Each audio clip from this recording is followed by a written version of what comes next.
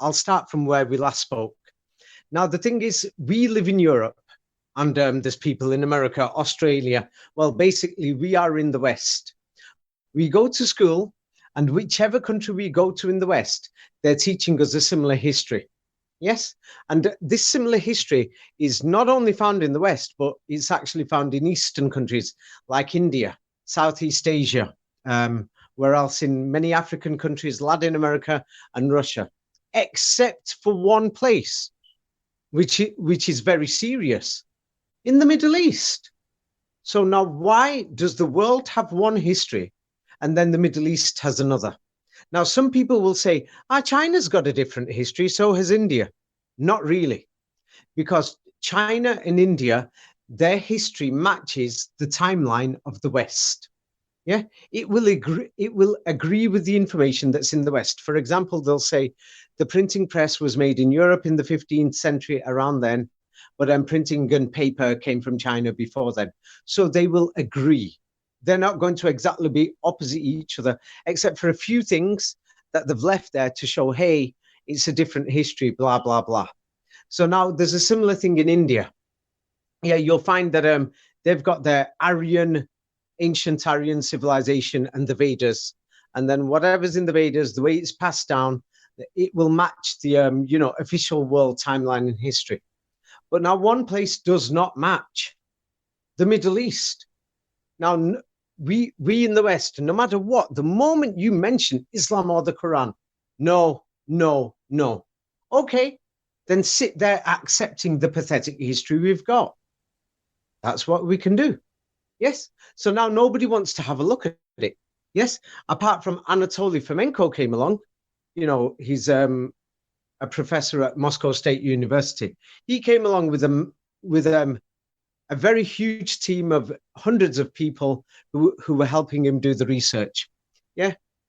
And what he did was he put down an alternative timeline, and he said, hey, look, this is clearly a lie. We can see it is. So is that, so is this, and so is that, so is that. For example, he showed Eastern Europe, Northeastern Europe, that's like Scandinavia, from Germany all the way through to, Russia, Ukraine, and all those regions. And he turned around and said, hey, it's a bit ridiculous that we're talking about European and Christian history when almost the majority of the coins that we found here and the artifacts and many other things, and mysteriously, all of them have got Arabic writing on them, the majority. So nobody's talking about it. People will walk into museums. They haven't got a clue what that is. They're having a look and they don't really know what it is. So he pointed that out. Then he turned around and said, hey, we're going through all these kings that are in Russian history, and the timeline matches the Old Testament history, similar to what the official history says, but they've modified the names and things like that. And he shows them on graphs. And he shows, hey, the kings of Russia are similar to the ones in the Old Testament. Yeah.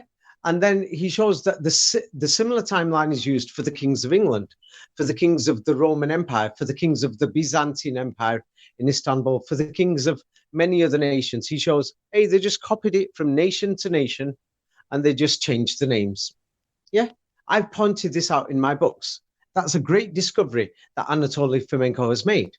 So now many people have made YouTube videos, and in Tataria groups, they call this previous empire, they call it Tataria, because some maps call it Tataria. Anatoly Fomenko, yeah, and some other people call it Tataria or Russia or the Mongol Empire. Now, there's many Muslims in Europe, in the Western world, who were born in the West, who've been brought up with Western history. Yeah, they call it the Caliphate. Yes, the Islamic Empire. Yeah, and there's so many people call it the Kingdom of God, because it matches the Old Testament kings, King David and others who come after him. It matches the timeline. So now we know that the Old Testament is similar to all these histories, but in England, they'll call it King Alfred the Great. For the Eastern Romans, the Byzantines, they'll call him Heraclius. They've just changed the names, similar stories for all their timelines, and they've done that throughout the world. But now Anatoly Fomenko went one step further. And what he did was he went through the Kremlin Museum of armory, of weapons and everything else, and king's crowns and many other things. And he turned around and showed, hey, the majority of these things, the bishops, crowns and everything else, he went through them all and he said, hey, they've mysteriously got Arabic writing on them. Not normal Arabic, but the Arabic that's in the Quran. And he pointed this out. And he said, and they are telling us, Russia, which ruled, huge parts of Eastern Europe, we're talking Poland, Ukraine, going into Finland and many other places. And they're saying, hey, this was a Christian nation. Kiev and Rus, they call it. And they say, the Greek Orthodox Church went there from Istanbul, the Byzantines, and they give us some bogus history. And he's saying, if it was Christian, then why do we have all these objects here, the entire majority, with Arabic writing and writing from the Quran? And now we've got all these Tataria groups that opened up in the last 20 years after Anatoly Fomenko wrote his books. And they started off from there. And now all these groups, you can tell there's something wrong in them. They're all publishing pictures and many other things saying, hey, look at this, look at that, history's a lie.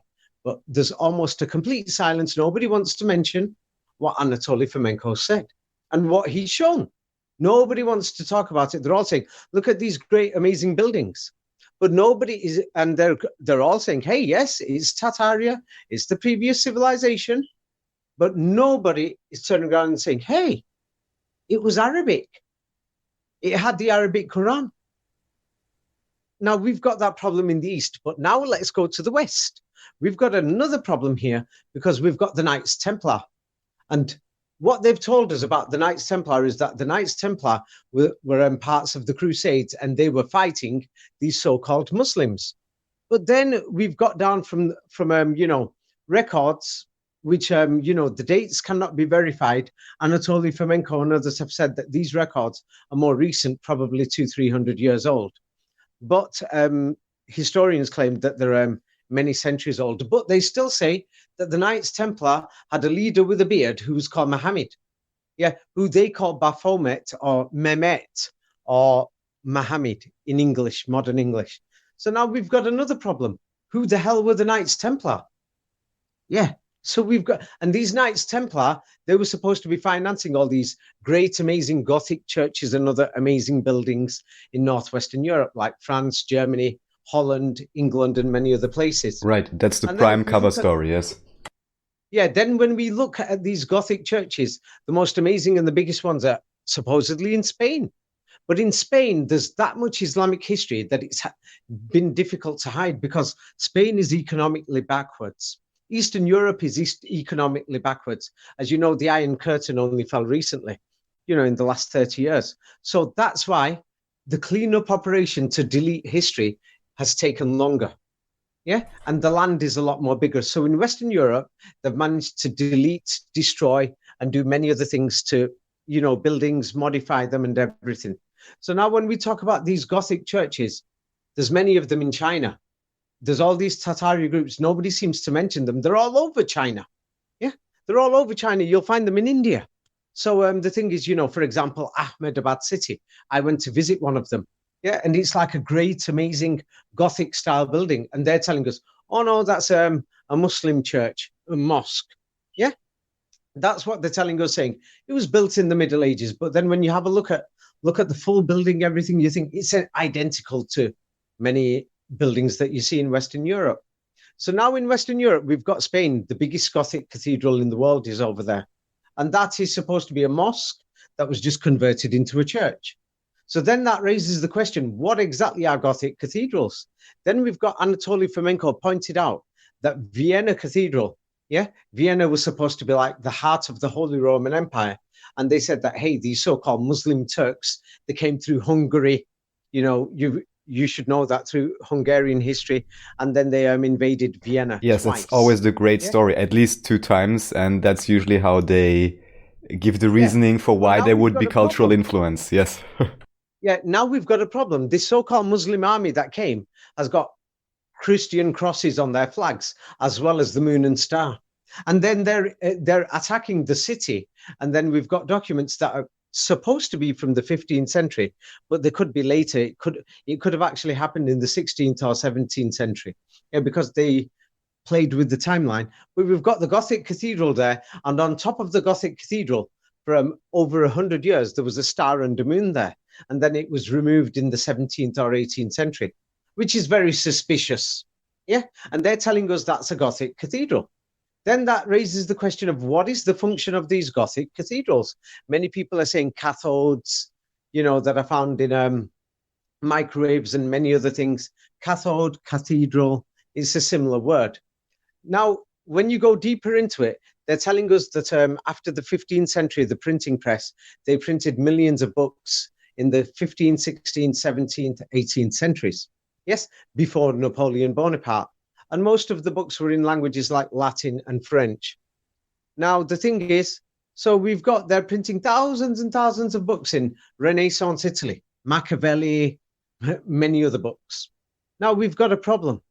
Nobody speaks this Italian language until the 1850s.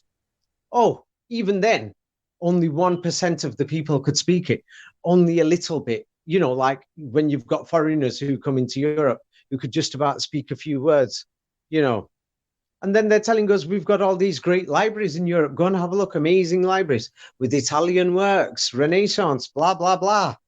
Yes, but we've got people who don't speak Italian. Even by 1950, yes, they turn around and say around an estimated 20% of the people in Italy could speak Italian by 1950.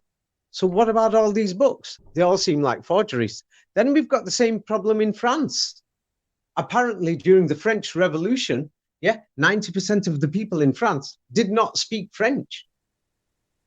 So, and they're telling us they already had these thousands and thousands of French books. En français, oui, liberté, égalité, fraternité, la révolution. Well, now we've got a problem. Were they printing all these books for ghosts? They're telling us that the Bible was translated into French in the 15th, 16th century and in Italian. Who are they translating Bibles for if people don't even speak the language? Can you see we've got these problems? Yes. So that means that we can't actually find a Christian history. So now when we go back to Spain, we've got the Cathars and the Knights Templar north of Spain. The Cathars are in south of France and in Italy, and the Knights Templar are in West Germany, Holland, France, England. They're the dominant power. Yeah. And the Knights Templar are supposed to have been, involved in building these cathedrals. And according to the official history, yes, they were known as the Knights of Christ of the Temple of Solomon. Yeah. And they were supposed to have these people who constructed these cathedrals for them. And those people were known as the children of Solomon. Yes. Now, the thing is, everybody ignores the Quran. But the Quran turns around and says that Solomon had a group of people, and the Muslims called these people like the children of Solomon. And these people were an invisible race of alien beings, and that they built these amazing buildings, huge buildings that had some form of technology, and that had boiling facilities to boil water, same like what we've got in power stations where they boil water in some nuclear power stations in other places. That's written in the Quran, but nobody's going to pay attention to that. Also, we've got, you look at Amsterdam. Now, you've got people who are posting things on Tartaria groups and talking about saying, hey, it's obviously a joke that they used horses and donkeys to build thousands of kilometers of canals in Holland, right, and in the United States. So they know that. But nobody's having a look at what Anatoly Fomenko pointed out. He pointed out that the Quran actually states a different timeline in history compared to everybody else. Now, people might mention Anatoly Fomenko, he's just one man. And they might say that before him, there were people like Sir Isaac Newton. But Sir Isaac Newton's history has been falsified. We cannot verify his identity. But now we've got a problem. We've got 1/4 of the world who are so-called Muslims who are following a different timeline, who've got it in a book called the Quran. But mysteriously, the oldest Quran is from St. Petersburg in Russia. Yes. So, and that's in between the east and the west of the European continent, in the north. Yeah. And then we've got thousands of Arabic coins lying around in Northern Europe. So nobody wants to pay attention. Then the Quran makes a challenge to everybody. And it tells you, hey, yes, it challenges humanity. And it says, hey, they're telling lies about history. They're lying about this. They're lying about that. Nobody else is saying it openly. That book has been saying it. So therefore, when Donald Trump says Islam hates us, he wasn't referring to hates us, the people. He's referring to themselves, the leadership, because the Quran actually condemns them and said they're telling lies. Go and investigate. Other religions is based on belief. The Quran is not based on that. I'm not talking about modern Islam. Let's talk about the Quran as a historical document. Yeah, as a historical document, it says they're telling lies.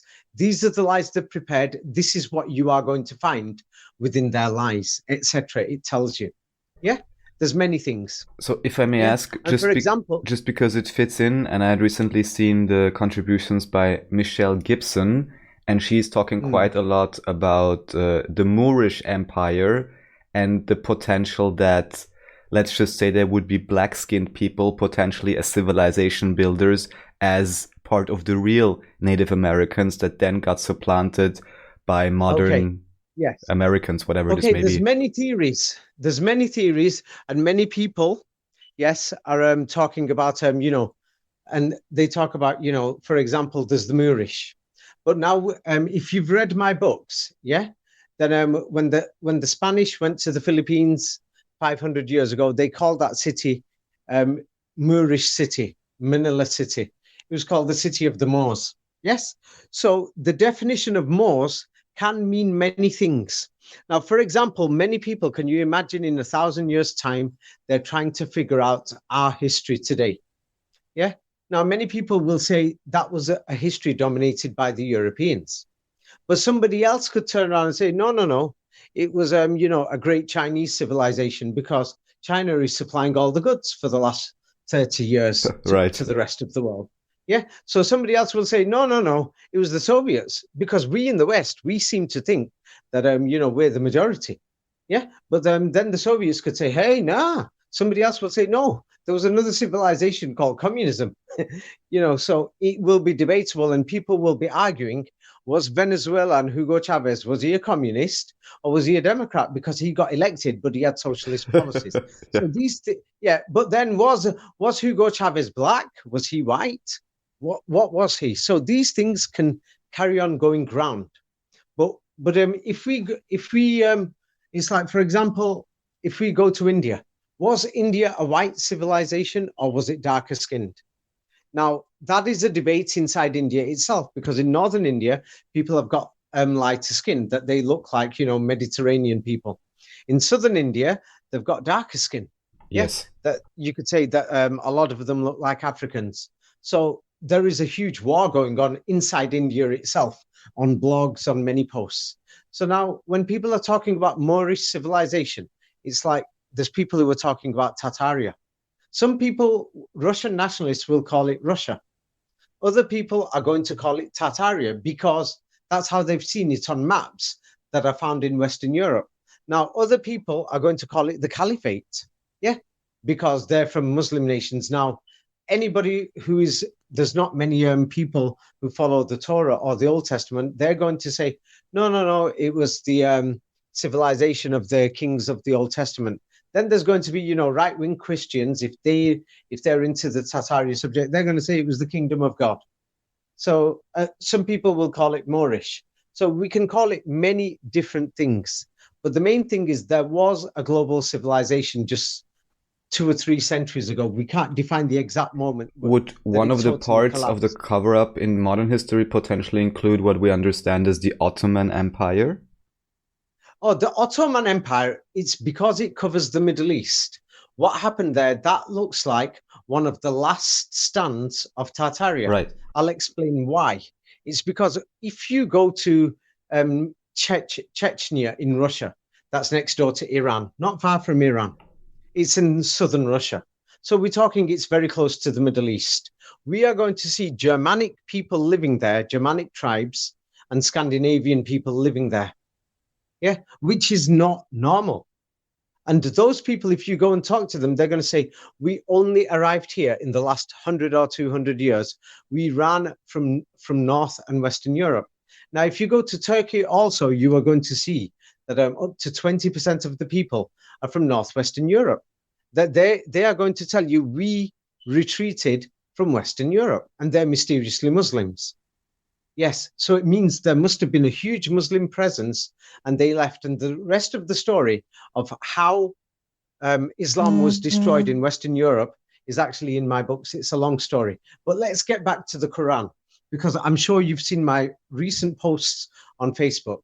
Yes. When I was about age 15, when I was age 10, I started reading the Bible, because I went to a private school where you've got to pay. You know, people call it an elite grammar school in England. So you start reading the Bible at the age of 10. Yeah, I practically read it all, finished it by 15. Now, when I finished it around age 15, I mysteriously bumped into, when I went to finished high school, it's the next stage, we call it college, or lycée en français. Yes, what happened is there, I met 2 Arabic people. And those 2 Arabic people, they introduced me to the Quran. So I thought, hey, I'm going to read it. Now, when I read that, what happened is it makes the challenge to you. And then it tells you something that's strange. And it says, hey, go out there and you're going to find a symbol there with the number 19. Yeah, it explains it, and I've put it in my books. Yeah, so I've been looking at that since, I've been age 15. So since then, I was able to figure out what's a scam, what's prepared, and what they're doing. Yes. So now the Quran actually says that there is a group of alien beings that lives on Earth, and they communicate with a certain group of humans. Yeah. And those humans are greedy, selfish, and people like that. Now, what they want, that alien group of beings, they want to control humanity, and they want humans to be, subservient to them, below them. Yeah, that they don't want humans to have their own independent thinking, independent mind, or their independence. That's what the Quran says. And it says, basically, it wants you to love them. Yeah. Now, in upper class English, somebody's going to call that worship them. Yeah, but in common English, it just means that they want you to love them, to believe them, to listen to them. That's it. So now the thing is, when you have a look at history, politics, the media, football, the major football players, the major singers, the major everything, whichever part of the world, whether they be Japanese or Chinese or Indian or Russian, you name it, Brazil, whichever country, you're going to find the strange number 19 somewhere in there. I'm sure you've seen my posts. That 19 in the data is ridiculous. The way that they're using it in history. Yes, it's just totally ridiculous. Like, I put on my Facebook profile showing that, hey, Martin Luther King, he made that speech, I have a dream, with huge crowds. But he wasn't famous originally. How did he become famous? They've said that he was arrested on the 19th of October, 1960. And then he was released, and his release was high profile because the media advertised it. And they say that John F. Kennedy, organized his release. Yes. So now the thing is, then the way when John F. Kennedy sends everything to Congress for this Martin Luther King, that's on the 19th, blah, blah, blah. It just goes on and on and on.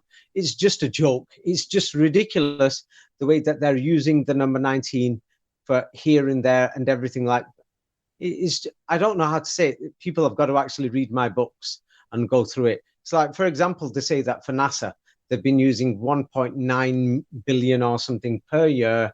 It's been costing them. It's just a joke. Have you been through the number 19 posts on my profile? Yes, I looked at them, yes. Quite astounding. Is it ridiculous? How many references there are for each of those, because it's not just 2 or 3, but it's plenty. I'd just like to briefly mention, as you spoke about Russia, although I don't know anything about it really, is that with Chechnya, weren't there also many types of like civil wars or supposed terrorists, which seem to be related to this history wars, if you know anything about it? Okay, there's more. Let me explain to you. Most people don't realize what's going on in Chechnya, and not just Chechnya, Colombia, so-called terrorists. Yes, and where do you call it, in Afghanistan? What they've really Right. been doing in those places, like, for example, they're saying that Afghanistan, huge drugs production. There's drugs being produced everywhere, even in Spain, you might not believe it, and in Italy, there's groups. Now, I don't know if you've had a look at the history of the 1970s in Italy. The government turned around and said there's terrorists, separatists, and there's the mafia in southern Italy. They advertised it. There was crime there, same like there's crime in anywhere else in the world. Now, what happened is because these nation states are new, they want to bring everybody under their control. Right. They can't do that if people are living in the countryside. Now, what the Quran says is that these people who are in power, they don't want you dead. They want you to love them. That's why they provide you entertainment. They provide you stories. When they tell you there's a disease, they want you to believe it. When they say this is a cure, they want not just to be your masters, they want you to love them. So it's not just about being a master, control. If it was about control, they'd totally make everyone into slaves straight away. It is not slavery. It is more about, getting everybody to Adoration or some energy exchange. That's a highly, I just want to point out, relevant point because it can explain a lot psychologically. You're right. With only control, they could have moved differently. There's something else going on for sure. Yes. So now the thing is, nobody's stupid. It's ridiculous if somebody turned around and says, it's like I've shown it in my books.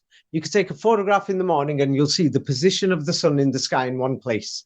Then when you look at it in the afternoon, the position has moved. You could see the same thing with the moon. So we know things are moving. Now, if somebody turns around and says, oh, no, they're just moving by accident, it's called a force in science. Yeah, they're talking rubbish. We know that somebody must have created these things, and that's why they're moving. Yes, this is not a question of flat Earth or round Earth. It doesn't matter if the Earth is moving or the sun.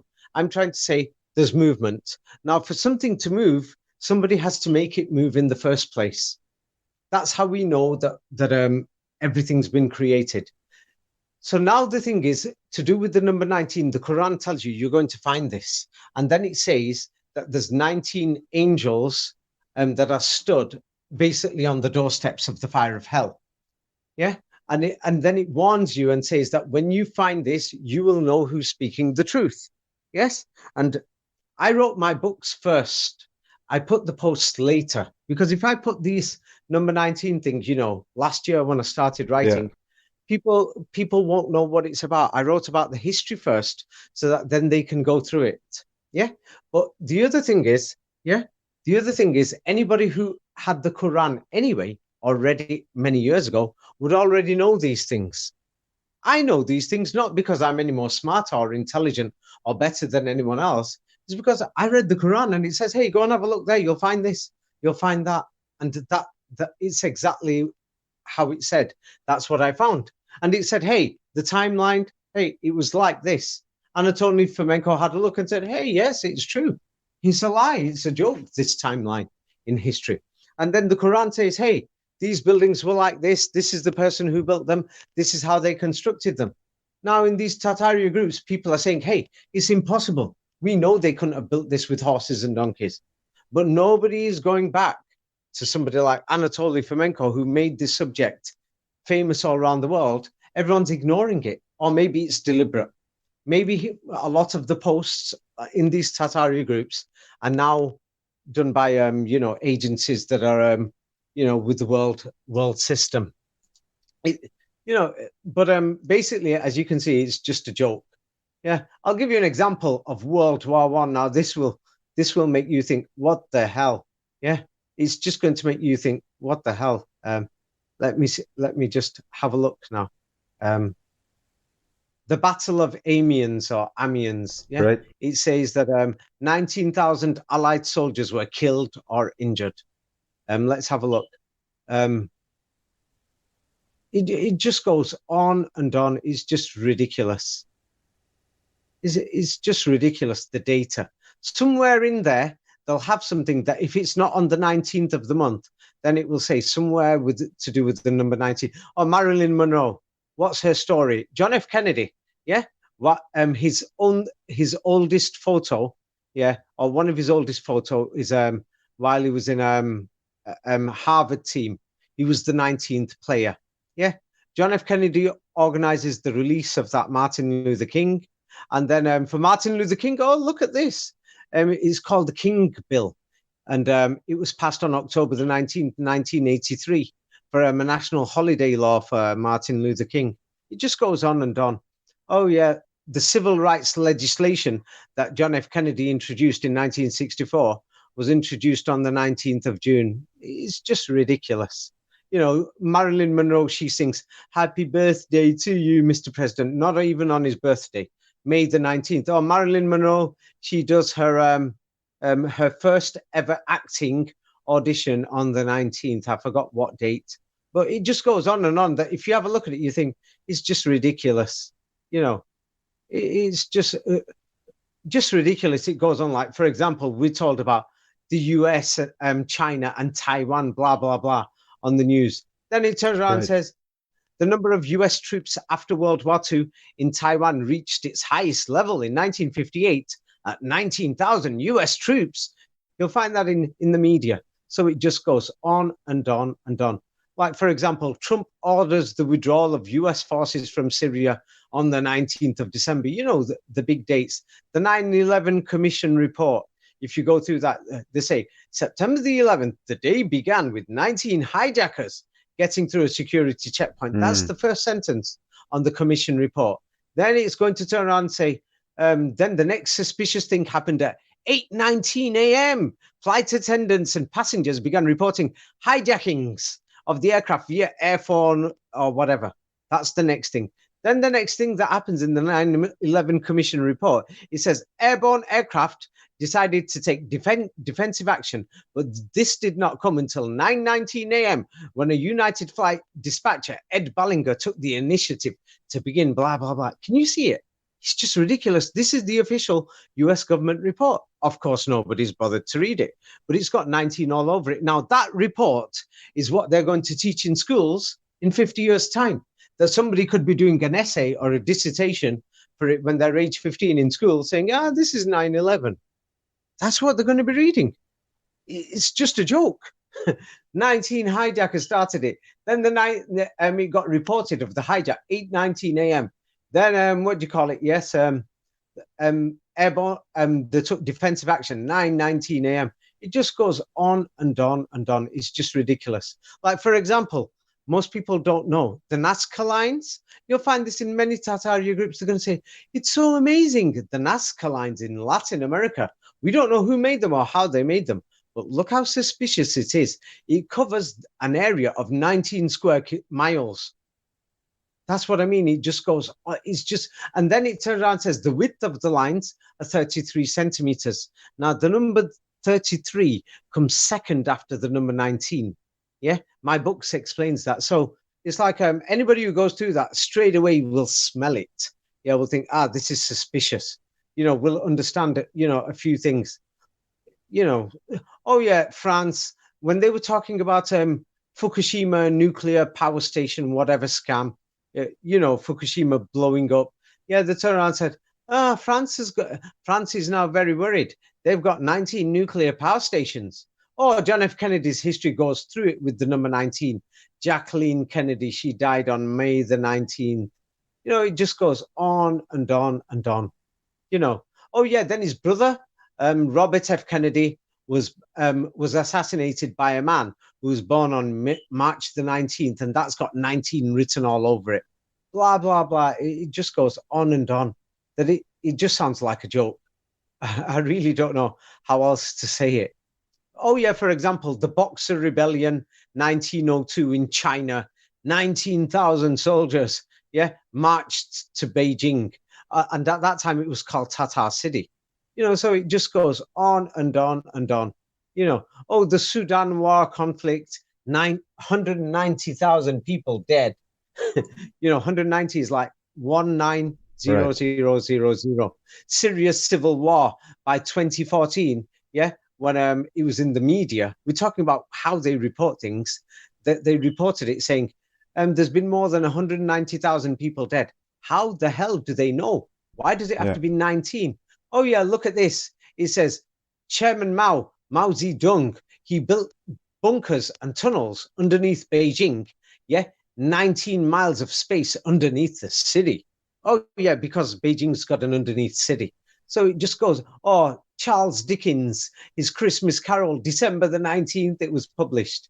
It just goes on and on. Oh, it says that the United States had 190,000 soldiers in Taiwan, but in 1958. But today, Taiwan's military has got 190,000 soldiers strong military to fight the Chinese if they invade. Or the World War II Museum, 19,000 square feet. It just goes on and on and on. The United States entered the war, World War II. The army started with 190,000 soldiers. Yeah. By the end of the war, there was now 190,000 women in the army. Can you see? You can tell it's just a joke.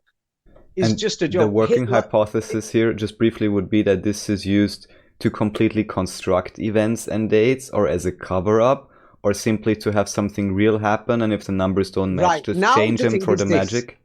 Yeah, now the thing is this. Now, the meaning of the number 19, I've put it in my books, right? And the Quran actually says that they want you to love them or worship them. Worship is the posh English word. Adore in Spanish, adora in Latin. It means that you should love them the most, trust them, believe them. That's why people now, they created fake elections, fake nation states. My books explains how they created the nation states. And then they, in the Middle East, like you mentioned Chechnya, Afghanistan, and all these other places, and there's Colombia, that what they're trying to do is destroy the countryside, cause conflicts, and force everybody to go living in the city area. That's why in Mexico and Colombia, it's the same rubbish, same like Afghanistan. Oh no, they're growing drugs in these places. Yeah, that's what they're doing. Yeah, so in other words, they're causing havoc, they're providing weapons, and they're just causing chaos to create urbanization. This is what happened in World War I and II. Now, another thing people don't realize during World War I and II is what they did with Europe's men. Yeah, they gave them alcohol. A lot of the men we're talking about were age 14, 15 in the army. That's why we had this alcohol culture, especially in Western Europe and America, because they were giving them alcohol, beer instead of water. Yeah. And many of them never even left the United States. What they did was they took lots of men and they said, you've got to join the army. They joined the army. They never left the United States. They were just sat in their army barracks or wherever in their army camps. And this meant that the economy had to run. And so even if my books explains how they destroyed the countryside and created urbanization. But during the war, they started a new game. What they did during the war was this. Now, the women then had to look after the families, and not just look after the families. In many countries like England, they separated the children, saying, hey, the children are going to die. We're going to have to move them out of the cities. So they separated them. Again, this was not the first time. So we're talking about World War I and II here. Then this meant that women had to work, support the men, save the men. You're going to have to work in the factories. You're going to have to work more. So this brought women into the workforce. Even if it was not a real shortage, just to point this out, even if it wasn't a real shortage, because, you know, there's many guys coming forward now, one of them being William Toll. Not sure if you heard about him. He talks about Germany a lot. But one particular tidbit he mentioned when he was asked about the Second World War and what really happened, he also mentioned that most people didn't even leave their bases or something. But this would mean that enlisting the women in the war effort would actually have been just part of the ruse of making it seem as if the workforce is required when it maybe really actually wasn't, because many of them were just sitting around anyhow, just to pull them into the workforce. Today. Have a look at the results today. When you go around Western Europe, half the women are single and living alone. Now, this means that we're using double the resources. Now, because they're single and living alone, we've created a society where it's become almost impossible to get married. I mean, married in the traditional sense. Yeah, you get married a few years later, it's over. Or even a few months later, it's become a joke. Yes. Now, it's like the only people who are mentally capable of getting married now in huge numbers is basically in the Middle East, once again, are people who've had an Islamic upbringing or who've had an Orthodox Jewish upbringing. Yes. Or maybe in the third world, some people who've not been through the brainwashing of the Western system can still handle a marriage. Or in the West, we're talking it's become that bad. The cheating, the divorces, many other things. You know, people getting remarried does not mean that they're married to the same person all their life. So what they did was they wanted to break the family system down. That has got something to do with why they created an education system in most countries that people have to go study in a different town or city to do in university. That was not by accident either, because I'm following right now what's happening in countries like Peru or in Algeria, yes, or in Indonesia, and I've noticed that somebody who's doing a business degree, yes, can do it in their own city, but for no reason they're going to go to another city. Yeah. And they're going to go, and when they go through the selection process, it will say, sorry, we couldn't find a place available. But all these things are done deliberately to separate families, to get people far away and things like this. So it's a long-term plan what they're doing. It's a long-term thing. What they've done is so that everybody's dependent on the people in power. And the people in power basically want you to believe them, to love them and worship them. Now, the Quran actually tells you the opposite. Now, I've just put a little bit of that number 19, yeah? But it's actually so bad that it's just ridiculous. I really don't know how to explain it. You know, it's just ridiculous. Like, for example, World War I, 200, this is how they say it, 250,000 Belgian refugees came to England. 19,000 of them went north. Yes, outside the London area. Oh, then it says in World War I, 19,000 Belgian soldiers were wounded. You know, it just goes on and on and on. But people don't realize, oh, yeah, Anne Frank, 19th of March, blah, blah, blah, intimate conversation. It just goes on. Her story was even proven bogus, no? The Anne Frank story, the diaries. Yeah. So the main thing is, talking about the how many women went to work during the war. It says 19 million women worked for wages during the war. We're just talking about women. I just had a look online, and it says 19 million women in the United States started to go to work for wages during the war. 19 million once again. Oh, yeah, and then it says they used propaganda, propaganda to mobilize women for World War II. Right. Yeah. These changes enabled women to work more. Yes. Blah, blah, blah. So it just goes on and on. It's just, it's not just in Europe. We're talking about in China and Japan. They're teaching 19 million non-combatant deaths in World War II. So it means that they're all together, because we can find the same mathematics in the other side of the world. Yeah. Or the bombing of Rome, 19th of July, Hitler meets Mussolini for the last time on the 19th. It just goes on and World War I, the first day of the war, 19,000 people dead. Whoa, on the first day. And it says it's the worst day in the British Army's history. That's the first day of World War I, 19,000 people dead. So I'm sure you could smell it by now. Anybody who says that they can't smell it is just, just talking rubbish. Oh, the Germans were in the Spanish Civil War. 19,000 Germans served in the Spanish Civil War. Oh, yeah. But they had 19,000 Luftwaffe Air Force personnel in Spain. It just goes on and on. It's just ridiculous. Oh, yeah. If you're going to go back to the Middle Ages, Frederick Barbarossa marching with the Crusaders to the Middle East. He had 190,000 soldiers as he passed through Belgrade. It just goes on and on. But people don't realize all these things. It just goes on and on, to talk about global warming, radiation, radioactive waste. The United States has dumped 190 cubic meters of radioactive waste. Yeah. But then if you go to the other side of the world in Russia, it says that 190,000 reported radiation levels have gone up in Severodvinsk. It just goes on and on. Oh, then it says for a nuclear power station, you need 190,000 liters of water. Oh, then you come to Iran. Oh, they've got 19,000 centrifuges. It's just ridiculous. It just goes on and on. It just goes on and on and on. Oh, then it says so far they've dropped 190,000 kilograms of material left by humans on the moon. It's just ridiculous. Don't know what to say. It's just ridiculous. John Lennon, his tooth fetched 19,000 British pounds at an auction. Yeah. It just goes in 2012. So the thing is, people will think John Lennon, his tooth, but they're not going to notice to put the 19,000 there. Oh, look at this. 19,000 mail bags of letters, yeah, crossed the ocean through the English Channel every day during World War I. Who the hell counted all this data? It just sounds like a joke. Or 19,000 black men served during the Civil War.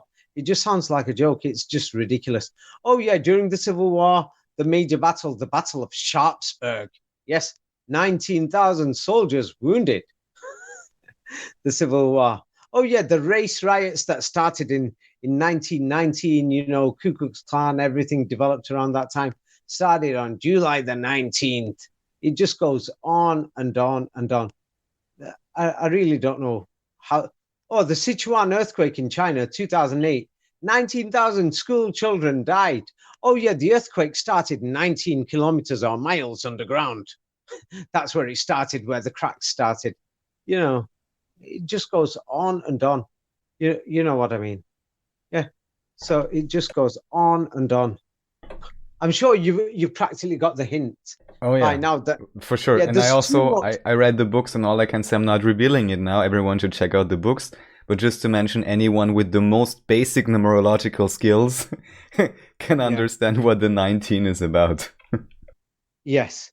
But now the thing is, for example, most people don't bother reading the 9/11 Commission report for September the 11th. That is not important to us. But what people don't realize is that that commission report is going to be read by people after 50 years. Same like the Nuremberg trial, when it happened, people just watched it on television. But it's today that people who are studying the Holocaust are actually reading it. And there's 19,000 here and there, or the number 19 here, there, and everywhere in the Nuremberg trials and in half the historical reports of what happened in Nazi Germany. So it's people who are reading it today. But the people at that time didn't read it. Same like now, we're not reading the 9/11 Commission report. But if you go through it, you're going to think, what the hell is this? 19 hijackers. Then at 8:19 a.m., they realized it got hijacked. Then at 9:19 a.m., they're going to take action. Sounds pathetic. Yeah. There's more 19s during that incident. It's just a joke during that, first 24 hours, that anybody who goes through it is going to think they're just talking rubbish. Yeah. If they're making phone calls to report it, yeah, at what minute are you going to actually say that they actually reported it? Was the phone call started at 9:19 a.m. or did they make the actual report? Because they've got to say hello first. Did they actually make the full report by 9:20 a.m.? Or did they deliberately choose 9:19? Or was there no report whatsoever? Is it all just a fake? So I'm saying the amazing thing is this. How did the Quran know this? That's another thing. We're talking about a book from St. Petersburg in Russia. Whatever the history of this person called the Prophet Muhammad is, yeah, and wherever the book came from, that's a different issue to do with theology and your personal faith. If you're going to say, hey, it's the book of God, no, it's not. That's your personal thing. But we've got to ask the question, how did that book know? And another thing is, why does the rest of the world not know? Then that, when we ask the question, why does the rest of the world not know about this book? Then we can clearly see why we've got this so-called Taliban, this so-called, anti-Turk, whatever, or anti-Islamic, whatever that's going around. And if you go through my profile, you'll notice that there's that when you go through these so-called organizations that turned up during the Capitol protests and the storming of the Capitol building, you'll notice the number 19 here, there, and everywhere. That soon when you go through it, and many people have done video analysis, and they said thousands of people who were there on the front line of those protests, that they're all part of organizations that were created and controlled by the US state. Yeah, basically they're all, bogus protesters. So now what we've got here is we've got all these so-called, I remember in the last 20 years, we used to see all these groups marching around Europe saying no mosques here or stop the Islamization of Europe, Right. blah, Very blah, blah. popular, yes. Yeah. Yeah. Oh, yeah. Their groups, all of them go through it all, 19 here, that 19 there, that it's pathetic. Like for one of them, what's that woman's name? Taylor something or something Taylor, pop star. I've forgotten her name. Taylor I Swift? put her on my... Yeah, that's it. Yeah. She's supposed to be on one of these groups, you know, they call them neo-Nazi groups. Oh, yeah, the way the media reported it, 19,000 followers or 19,000 Instagram people like it or something like that. I've put it down. I've put it down on my Facebook page. But the thing is, on the Taylor Swift thing, I've only put a few things. You can go through. Imagine like there's it's on CNN or DW Germany tomorrow, or France 24 tomorrow, or the BBC, that they mention Taylor Swift tomorrow. If they mention her for 3 minutes, somewhere in the middle, somebody's going to smell it when they say, oh, her dog did this and that. She put this photograph on. It's controversial. 19,000 people did not like it. But nobody's going to notice it. People are going to pay attention to the dog. Yeah. But they won't notice that in the middle, that the presenter just said 19,000 people did not like it or something like that. But the thing is, why are they using this number 19? Because the number 19 has got something to do with the name of God. Yeah. And it's to do with they want you to worship them. And the Quran actually tells you this full story. So that means that the Quran is something that we can't ignore. Is it with the amount of number 19s? If this 19 thing was not there, then people can say, hey, oh, no, it's just bogus. But you've had a look yourself. Is it too much, this 19 thing? Is it just too much? Yeah, well, definitely. And knowing how some individuals with certain ideologies operate, it only makes sense that anywhere you can, for whatever your purpose exactly may be, you're just going to put it in. Yeah, there's one thing to do with when we're talking about organizations, but when we're talking about the global media, it could be China's CCTV, or it could be Japan's NHK. I know these media channels because I travel and I've got used to them. Or it could be Russia Today, RT. It could be CNN, CBN News. It could be Yahoo News. It could be just local newspapers, like the New York Times or the Daily Telegraph or Le Monde in Paris. It could be DW News in Germany. All of these people are using the same data with this number 19 somewhere in there for major events.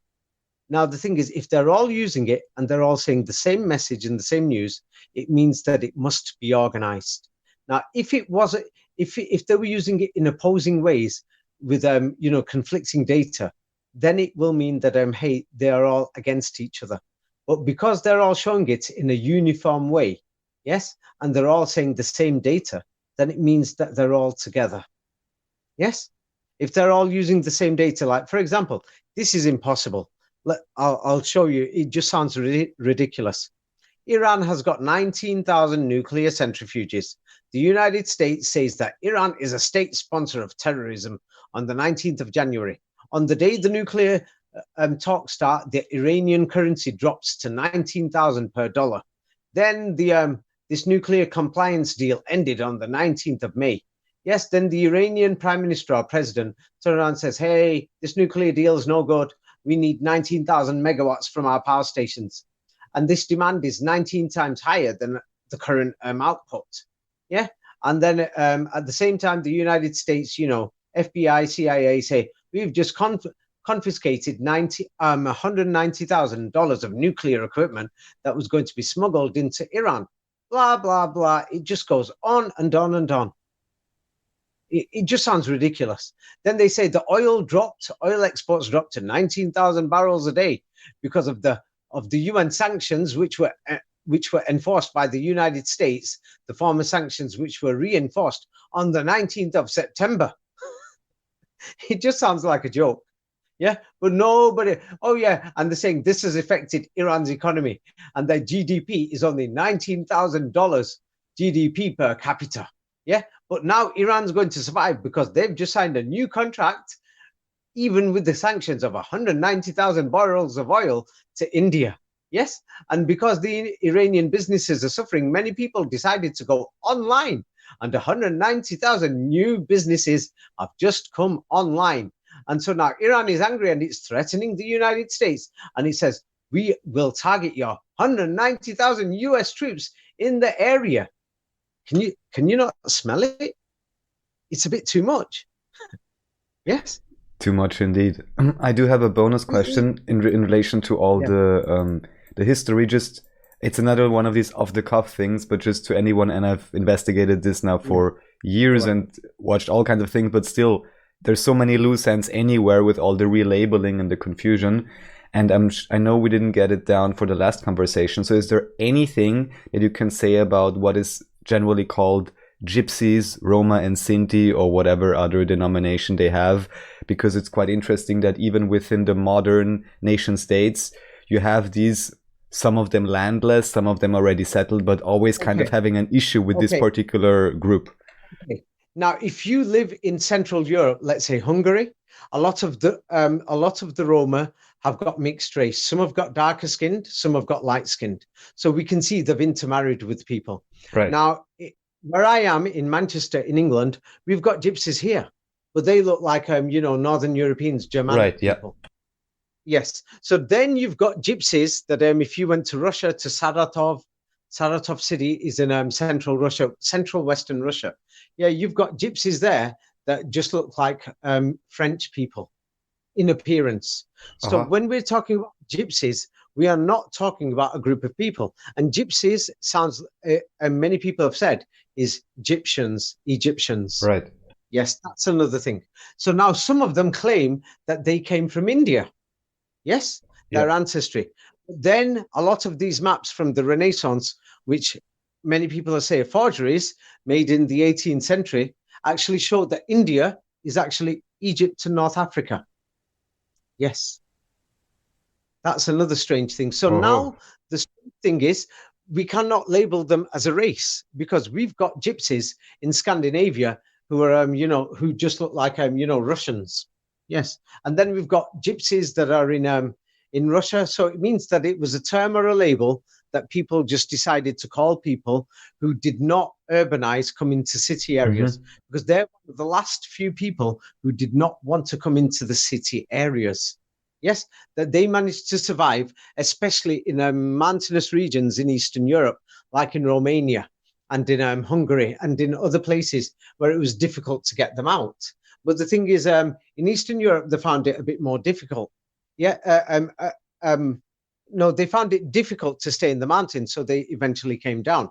But now regarding the Gypsies, yes, if we go to look at the Balkans, south from Hungary, yes, now all these so-called Gypsies are all mysteriously Muslims. That's another strange thing. This is something that people don't realize. When you go to Bulgaria, there's Gypsies there. They just happen to be Muslims. So now the Bulgarian government doesn't know if they should call them Gypsies or Turks. If they follow Islam, then they just call them Turks. But if they've lost touch with Islam, then they call them Gypsies. Yes. So that's another long story. Yes, it's another long story. So when you talk about Gypsies, we can't define them as a race. It's impossible, because we've got people who are so-called Gypsies that are in Northern Europe who don't look anything like, in physical appearance, to the Gypsies that are seen in Eastern Europe and the Balkans. But then we've got Gypsies that are in Russia that don't look anything like the Gypsies that are in the Balkans. I hope that answers your question. Right, yeah, partially. I mean, at the same time, from what I understand, they have at least partially a similar language with Romanes. I mean, even here there's differing groups. So generally, how you would define them is that this was just a relabeling of those that chose to remain landless, or at least not move into the city. I'll give you an example now. For example, the word, there's a word called Arabels. They say it's Latin, but we know it's not Latin. We're not stupid. The word Arab-el just means Arab and Allah. Yes? And this was the name that was called, the people in France, the common people were known as Arabel or Arabal. Now, the strange thing is, when you go to Latin America, the people there were given the same name by the Spanish Inquisition, and the people in the United States were called Arabels or Arabals, the natives. So you said that lady is calling them Moorish, but then what is the definition of Moorish or Arabel? So it's like, for example, it's like the meaning changes. Like the meaning for Arabel today in America just means somebody who's poor, or even a gypsy. Yes, that's what they'll call them in Mexico or in California or in Texas. So when we're saying gypsy today, it could mean something else. Yes, it's like, for example, this is hard to believe, but the Prophet Muhammad and his followers were known as the Christians. Yes. Oh, they were in Europe. These people who did not accept the Trinity, they were just known as Christians. Then eventually they became known as the Muslims. Yes, the ones who were outside Europe. So the meaning changes. You say the differentiating factor was that they did not accept the Trinity, and those would be the ones called Muslims. Muslims, yeah. Okay. Yeah. So now, why was it called? Islam is a Western word. Yeah, is a Western word. So let's pretend we're not English. If we're not English, then the word is salam. Salam is just short for peace. That these people are followers of peace. That's what it was called. And they were called followers of peace because when Christ met people, he just said salam, hello. Salam was the word for like hello. Yes. So he said that, Christ said that every single time. Not only Christ, all the Jewish people still say it today. But because modern standardized Hebrew, which was modified in the 1880s, has created a pronunciation for the modern state Shalom. that is known as Israel. I see. They say Shalom. It's because the pronunciation has been created. Same like the word for God in the Bible, it repeatedly says the word Allah. But people are pronouncing it El or Ella on purpose because they are telling them to pronounce it like that. But the Bible doesn't say that. So we have another problem there. Yeah, and even in German, you may be aware that alles, everything, also is really similar to Allah, everything, alles. Yeah. Yeah, no, for example, there's some things in history that you're going to find difficult to hide. Even in 200 years' time, they'll probably find it difficult to hide that Spanish was a major language, English was a major language, China was a major deliverer of all the goods around the world. Some things that you can't hide. Now, there's some things that they failed to hide was that Arabic, the language of the Arabic Quran, not modern Arabic. Same like modern Hebrew is not same like the Hebrew in many of the manuscripts. Now the thing is, what do you call it? That Arabic was actually the global language. They can't hide that. It's difficult. It's because, for example, there's a language called Ladino that was used throughout Latin America just only about 80 years ago, 70 years ago, before people started going to school. And in school, they're teaching them modern Spanish. Right. Yeah. If you have a look at all the letters that were written in Ladino language, let's say from Chile in the 1930s, Argentina, there's no difference between that and Arabic. But I'm going to put this in a new book to show how they created modern languages. Now, when somebody looks at Sanskrit, yeah, if you look at Hebrew, modern Hebrew, it looks nothing like Ladino. But Ladino looks the same like Arabic, and Arabic looks the same like so-called Hebrew 3 centuries ago, almost like it's the same language. That's the only differentiation. Why people will say it's different is because these so-called historians will say, let's say you write a letter in English with your handwriting, then I write one with my handwriting. Then they're going to say, oh no, Raphael's handwriting is different. That's not English. That's a language. They'll just give it a name and say, that's Australian, and David's from England, so that's English. So, oh no, they'll just classify it as 2 different languages. That's what they've done on purpose.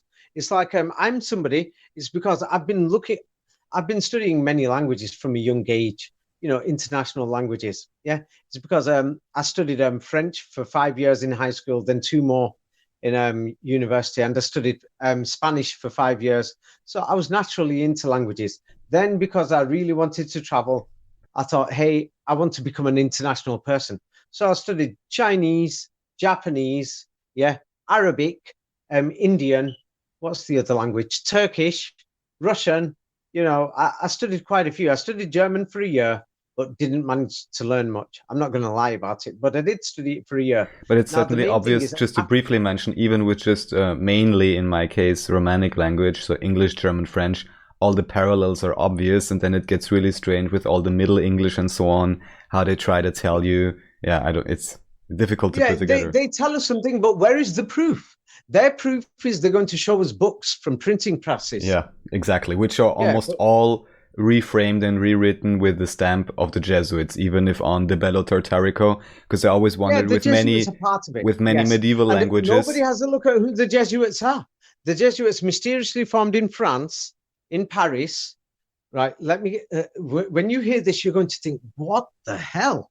It's actually, well, because I don't want to insult the viewers, or I would normally say, what the yeah, it's the Jesuits formed in Paris in the 15th, 16th century. That's the date, but they could have formed in the 17th century.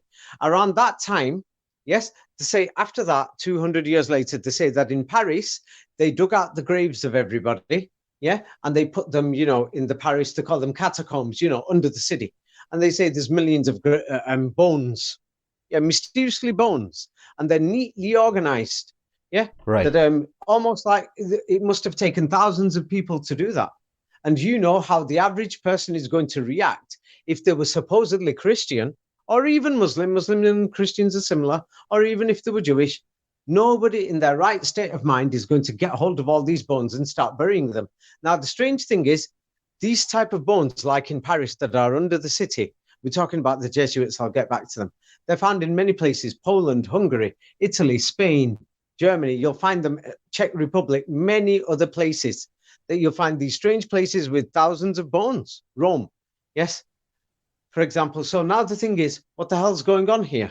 So now what nobody seems to mention is that when the Jesuits formed, the Jesuits' number one objective was to convert the Muslims in the world to Christianity. In those days, convert didn't mean convert. It really meant convert or kill him. Kill that guy, man. Kill him. Yeah, have you got your weapons? They killed anybody who is not going to accept that Jesus Christ died. Yes. Now, the Quran tells you the story. Now, this is where the Quran comes in. The Quran says they didn't kill him. Yeah, they're lying about it. Yeah, simply.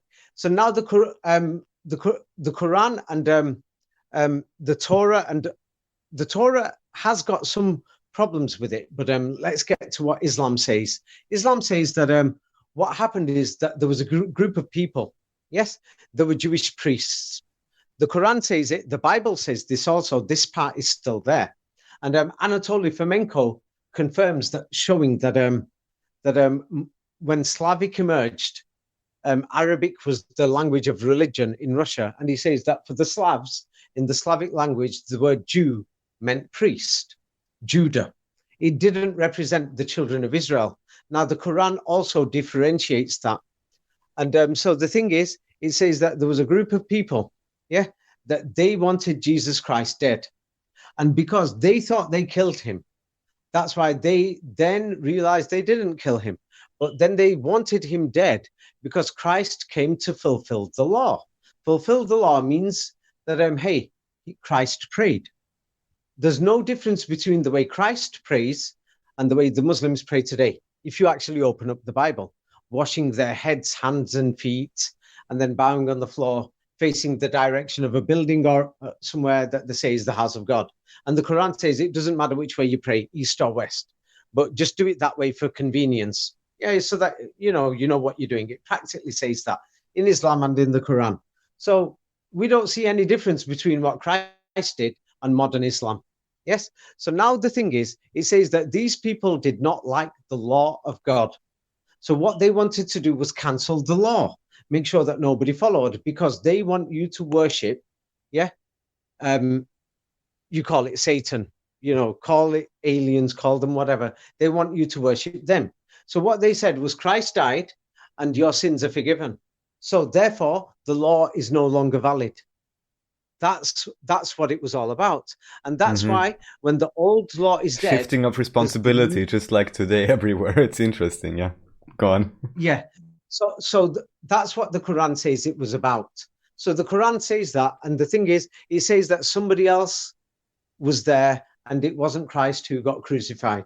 Now, if you have a look at they're going to say these documents are centuries old, but Anatoly Fomenko and other researchers, even me, I personally have found in my research, they're not centuries old. These documents are probably only a few centuries old. And in the oldest documents of the so-called New Testament, it says that that the other guy who was there at the trial of Jesus Christ, he was called Jesus as well. That this guy was called the Son of the Father or the Son of God, and the other one was called Jesus Christ the Messiah. So the Quran says that the other guy got crucified. The other guy, it was the other guy. And what happened is that after Jesus Christ, the Sanhedrin, or however you want to pronounce it, the Jewish priests, the businessmen, the bankers, everybody else, they got together. Yes, they got together. And what they did was they thought, we've got to fight against this movement. Because what happened is after the Torah came, they had taken power. And they'd managed to already modify many things and put that so that their interests came first within the religion of the Torah. Call it Judaism, but that religion at that time was not Judaism. It was just the religion of the Torah. So then Christ came. He came for the lost sheep of Israel. Yes. And it wasn't just Israel. It was all the people. So Christ came for everybody. So then there's all these millions of people following Christ. They didn't believe the crucifixion. So then these people declared war on these so-called Christians. Now they declared war on these Christians. And then in the Bible, it says, after Jesus Christ is going to come the Spirit of truth. And whatever he says, blah, blah, blah, you should follow it. Now, if you go to the other side of the world, the character of Buddha, even Anatoly Fomenko and other people have said is a fraud. It's basically identical to Christ. He even says that the next Buddha who's coming, he's the one who's going to guide you. Yeah. So now what happens is this. Yeah. So everybody was waiting in the world, and these people who opposed Christ, the Jewish leadership. The Jewish leadership at the time, the Pharisees, the Sadducees, whatever names they've given them, they declared war on the followers of Christ. The followers of Christ had gained so much power. And then they suddenly had a leader, and that leader was the Prophet Muhammad. That's why the Prophet Muhammad was known as a Christian, and his knights were known as the Knights Templar. But they've changed history and said it the other way around, saying, no, the Knights Templar fought the Muslims. So now coming back to the Paris catacombs, what happened is this. If you read through the history of the Knights Templar, and the Cathars and the Inquisitions, what they did was they burnt people and collected their bones. That's what they did as a punishment. Are you beginning to see what the catacombs are all about? Yes, all the heretics basically now buried underground. Yeah.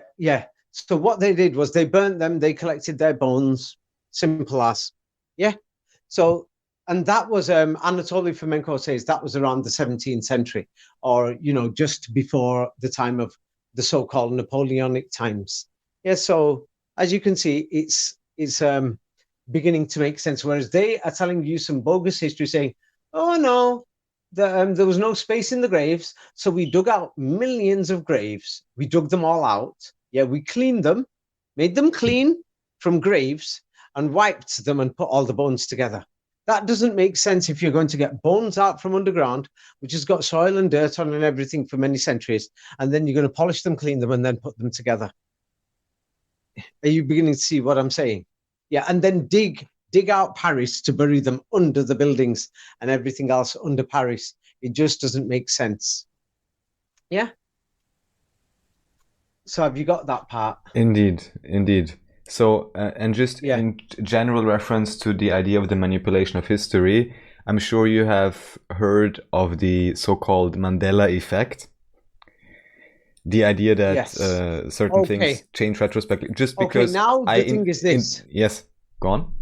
Okay, the Mandela effect and other things about your thoughts and its influence. This is where the number 19 comes in. Yes, or why are they going to use that number? Because that number represents a word and a name. It's in my books what it represents, the alpha and the omega. Yes, it's not the alpha and the omega. Yeah, my books explains it clearly. So they're using that because the name of God has got power. The alpha and the omega represents the name of God.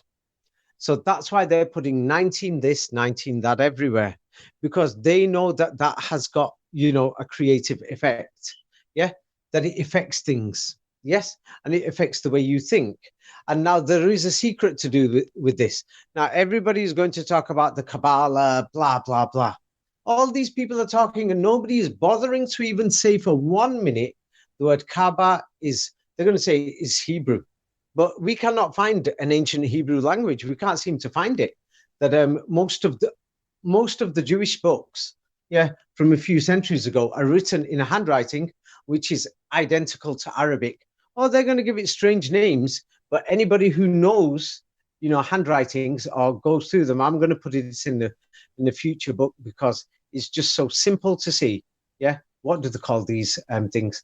They call it cursive Hebrew or solitreo Hebrew or strange names, or pseudo Ladino. Kufic script in case of Now you're beginning to see it. I'll give you an example now. It's same like saying I'm using Times New Roman or I'm using some other font. So it's just a different handwriting, but they're going to say it's a different language.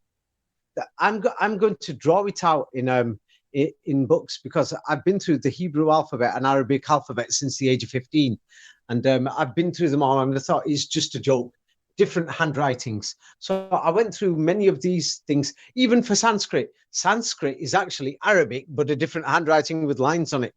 It's ridiculous. And then when you look at the way Mandarin developed, Anatoly Fomenko shows, it's just a joke. Just a joke. It was a non-existent language. It's not thousands of years old in China. And if you have a look at it, it supposedly came from Mongolian script because they say the the Mongols, it was theirs.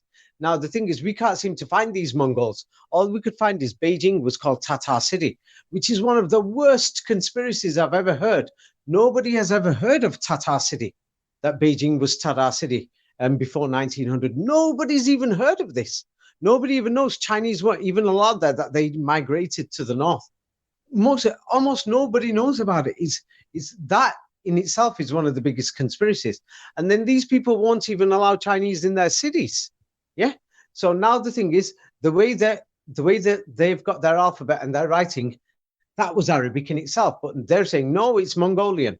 Mongolian looks identical to Arabic, but modified Arabic. Then we've got Latin. So when you say these Roman languages, what is the definition of Roman? It's like, for example, they say the word vaccine comes from the word Latin word vacca. They're going to tell you that that's from an old language. But then we can't seem to find a Latin language in Europe. All the books in Europe, before and around the Renaissance were in Arabic.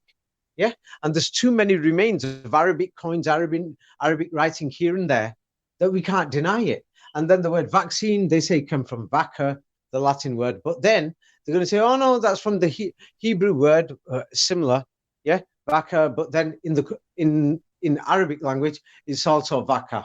You understand? So then they're going to say, oh no, it's Latin. Where's the proof that it's Latin? Who said it's not from Hebrew? Who said it's not from Arabic? Okay, what is the difference between Latin Romanesque or the original Latin and Arabic? Which came first? Who was reading what language? If Latin was so widespread, how come nobody could speak this Latin language? Even back in the days. Yeah? Why were the books in Arabic? What is the difference between Arabic and Ladino? And Ladino is supposed to be a mixture of Romance, Spanish, and Arabic. But then if you go to some other websites or other books, they'll say, no, it's a mixture of Romance, Spanish, and Hebrew. Then you'll say, how do you know this word's Hebrew and not Arabic? Or how do you know this is Arabic and not Hebrew?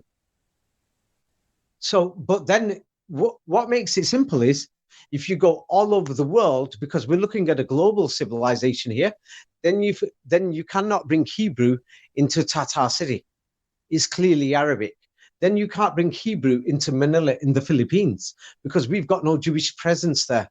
And they're using similar words. Then it's obviously Arabic. So that's how we found in the Mayan language. Many people have had a study of it. And some people are going to say, oh, Mayan, ancient Mayan, or these people, they were related to the Hebrews. Ah, they're the lost tribes of Israel. That's because they want you to think that, because they've made sure that people are so anti-Islamic, anti-Muslim, nobody will think for 1 minute, hey, that's Arabic. And then they've made you think that Hebrew and Arabic is two different languages, or originally was. In the same way that, can you imagine, after 500 years, they're going to be telling people that American, Canadian, and Australian was 3 different languages. Can you imagine if somebody said that? That's what they've done. Hebrew and Arabic was not even 2 different languages, nor was Latin. And then if you have I'm going to draw diagrams of it in a future book, that the Cyrillic, script that's used in Eastern Europe, and it came from Greek, that is just modified Arabic. That's all it is. Or then if you want to say, for the sake of, being an anti-Islamist, let's say, okay, it's modified Hebrew. But then you can't say the word Hebrew, because that language was the language of the rabbi, the masters, the educated teachers. That's why it was called Arabi in the first place. Arabic, Arabi, that's why it was called Arabi, the language of the Arabs or the rabbis. It meant the educated people. But today they've made people believe that Arab means a race. No, it actually just meant educated people, or teachers, or professors, or masters. That's all it meant. Yeah, makes sense. Let's leave it at that. I'm sure you've got enough information. I'll probably have a new book soon, specifically on the number 19. But there's enough books out there now for people to figure things out. Indeed. Yeah. And before I wrote the books, and before I published the number 19 thing, even I was afraid to openly say, hey, the Quran actually says this, the Quran actually says that. Now I don't care.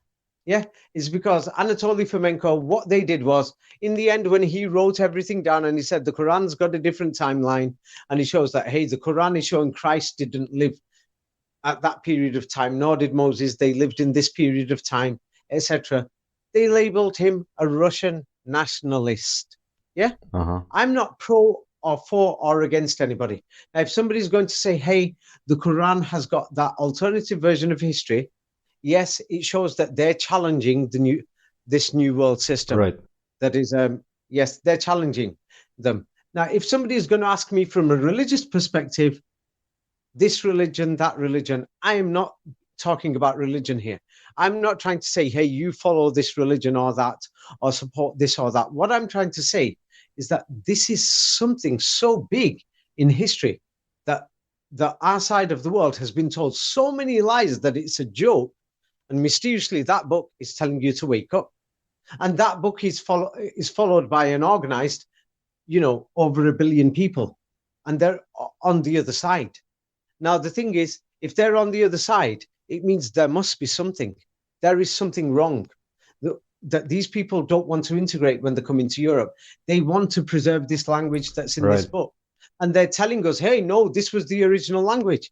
And they're telling us, oh, no, you have a look. That history is a lie. But no, we turn around and seem to look down on them. We do in the West. We seem to turn around and think, oh, they're backwards, they're uneducated. We're educated because we memorized and we got brainwashed and learned this history. So who's the stupid one here? In their book, it tells you, don't just believe it. Go and do research. Go and think. In the West, we're told that, oh, no, the historians have done all the research. This is the truth. That's it. It's set history. Now, if you speak against it, even online, oh, we've got fact checkers these days. Yes. So you can't even challenge it, even if you investigate it and question it. Oh, no, there's fact finders, tellers. They'll delete your post or they'll delete you offline. Yeah. Or what they're doing in Europe and the West now is what they started in China 10 years ago. Fact stuff and facts, this and that, whereby they just blocked everything. Now, what people don't realize is, people don't realize within the next 10 or 20 years, right now, there's groups, Tataria, this, that, blah, blah, blah, truth seekers, all of these things, the way things are going, even those things will not be around in 20 years' time, because that's exactly how it happened in China. It took them around 20 years to totally shut down every form of opposition, that you've totally got to accept this history, that the only people who can investigate and question are people who are with the authorities or the people in power, so-called archaeologists and historians and media professionals. Nobody else will be allowed to say anything. If you say anything, they're going to say, finding, it's found that, hey, you've said a lie. No, it's so serious. There is going to be nothing left. It is absolutely serious, and I definitely agree with you that that is the plan. However, it's increasing. It's increasing. And the thing is, people are running out of time. So I've put these things there. Now, if people want to, even if they download and save things, we're talking about in 50 years' time, 100 years' time, I give permission. People can print my books out. They could do whatever. They can do whatever. Now, a big thing about the Quran is, what the Quran has successfully done is that from generation to generation for centuries, they've managed to keep the opposition by denying this world order system, by saying, hey, no, you're just a bunch of liars. No, this is what you're doing. And they've managed to preserve it. So my books, even with the downloading and everything, and Anatoly Fomenko's books and a few other researchers, people might be able to keep things, for 10, 20, 30 years. But that Quran has created an opposition system. And that Quran is following the system whereby it's saying Muhammad was the leader of the Christians. Oh, they've changed history now to say, oh, no, it's a different religion. He was the leader of the Christian resistance. And he was the Renaissance and the rebirth of the Christians, whereby the followers of Christ fought back. But now they've made it out like, oh, he was, messing around with children, things like this, fake history. That Anatoly Fomenko has even shown that the Jesuits wrote that. Even I've had a look at it. A lot of it is just disgusting. Do you know what they've put down and said? That this Prophet Muhammad was turning around saying that goats breathe through their ears. How, and they said this is an Islamic statement. These things have entered Islamic books. So it means that these books have been modified and changed. And to do with this, like, if, for example, there is the question of 666 and Revelation. Now, many people have been reading the Bible and it looks like the information is incomplete. Now, if God wanted to send a message, what type of a God is that who is going to send an incomplete message whereby people have to guess?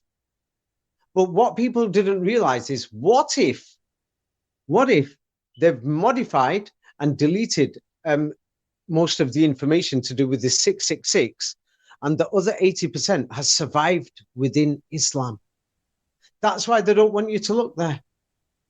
That's something I'll let people who listen to this conversation, anyone with a brain, and think, aha, what if the rest of the information is still alive there? Wasn't Muhammad, this Prophet Muhammad, the leader of the Christians? Then that means that this information may have survived there. I'm going to write about it, actually.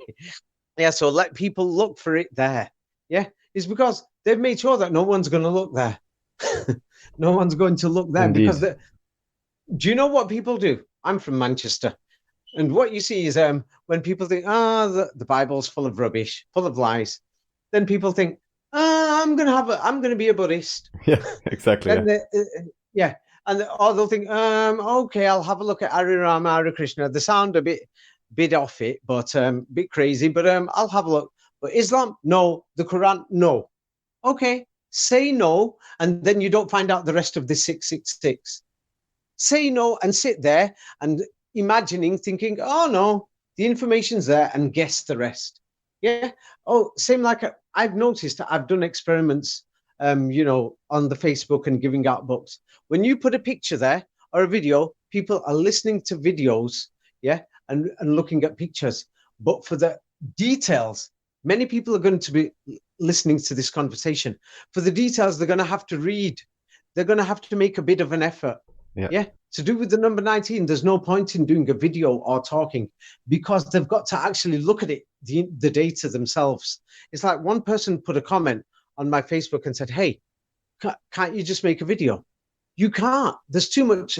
too much information, and it's like you can't explain half that information. Well, People otherwise, have got to read anyone can take a look and they can make their own documentary videos. Doesn't have to be up to you, you know? Everyone can bring their own effort. Documentary videos now, a lot of them haven't got any factual evidence behind it. They're giving their own ideas, opinions, assumptions, but nobody's coming up with actual fact. Now, Anatoly Fomenko was respected because he said the data was a lie and they're using mathematical patterns, and he showed it with graphical analysis. Yeah. That he has done something amazing. Now, in my books, I've actually shown that the number 19, it's a joke. It's throughout the space agent's history. It's throughout the history. You could find it in the science of the way the Earth functions and everything. They've put 19 here and there, that it's a joke. Yeah. And I've put many internet posts to show that it's a joke. Yeah. So I don't know. Personally, some people have said, hey, David, the information that you've put out, you should go down in history, like Anatoly Fomenko, because nobody else has come out with that. Do you know when I first started putting those posts about the number 19, within a week, there were some people who started putting on other things about the number 19 to divert people, mislead people. So soon a misinformation campaign is going to start. Same like with the Tartaria groups, they've been hijacked. It's a joke. When I look at these groups, I still see them now. Most of the posts are a joke. Oh, see this on top of this building. It might have done this. It might have done that. Nobody's even asking a question saying, why is there so much copper on the roofs? Is there a single historical document from the past that explains this, the copper, or mentions it? Not many, but the Arabic Quran does. Yeah, but nobody's going to bother to have a look at that. Yeah, I've not written about that in my books. Yeah, I've not written about that in my books, but I hope to do so soon. But the thing is, you know, the Quran talks about it, so that is another reason why you've got to carry on this war against Islam. This war against Islam was here 50 years ago. You know, the Iranian Revolution, Ayatollah Khomeini, the bad news, Gamal Abdel Nasser, the 6-day war, the Muslims, blah, blah, blah. It was going on. But the anti-Islamic Islamic thing has been going on for centuries. That almost throughout history, or these historical documents that we've got from the Jesuits, is just anti-Islamic. And the Jesuits, their number one objective was to kill Islam. Oh, and they're based in France. And then within 100 years, yeah, according to the official timeline, the dating, which Fomenko has shown to be wrong, but it shows that their men were working in Western Europe. Yeah, but weren't they supposed to be trying to do things and create documents to convert Muslims? What sort of Muslims are in Germany, Holland, and France, and England, where they were operating? You see what I mean? Yes. Yeah. But nobody is going to have a look at that. Nobody is going to think for 1 minute saying their number one objective was to get rid of Islam and convert Muslims. Who were these Muslims that were trying to convert in Western Europe? If there is no Islamic history there. And then we've got the Knights Templar, which is so big. The Knights of Christ and of the Temple of Solomon. The Knights Templar is so big. King Arthur, these other legends and everything in Western Europe and America. Yeah. And their leader was the Prophet Muhammad. But many of them mysteriously, fluently spoke the language of the Arabic Quran. How could they have learnt that living in France, in England, in Holland? It doesn't make sense. In Scotland, in Wales. The history doesn't make sense. But no, they're going to turn out and say, they went to the Crusades. They were there for about a year or two, the language. I've known so many people from England who went to live and work in other countries, and still they can't learn another language in a year or two. Because these days travel is common. Still they can't. They learn about 5-10 sentences. You know what I mean? And they're telling us, oh no, these Knights Templar mysteriously spoke Arabic. Oh yeah. And they didn't believe in the Trinity. They believed that Christ was a prophet. That sounds like Islam. They're Christians. And wasn't Islam Christianity? Yes. So it's actually the same thing, but just a new title.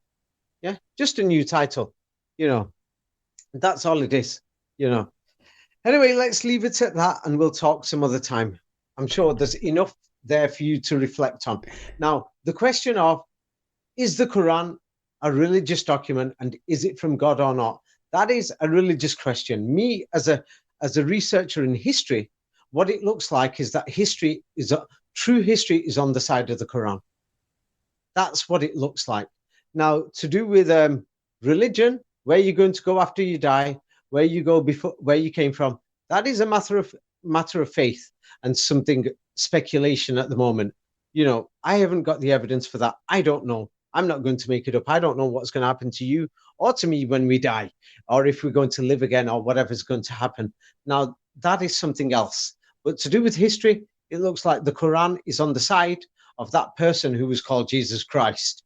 My book known as Jesus Christ, that actually goes through the full story, as it is written in the so-called Gospels, and the original copies, you could go through it.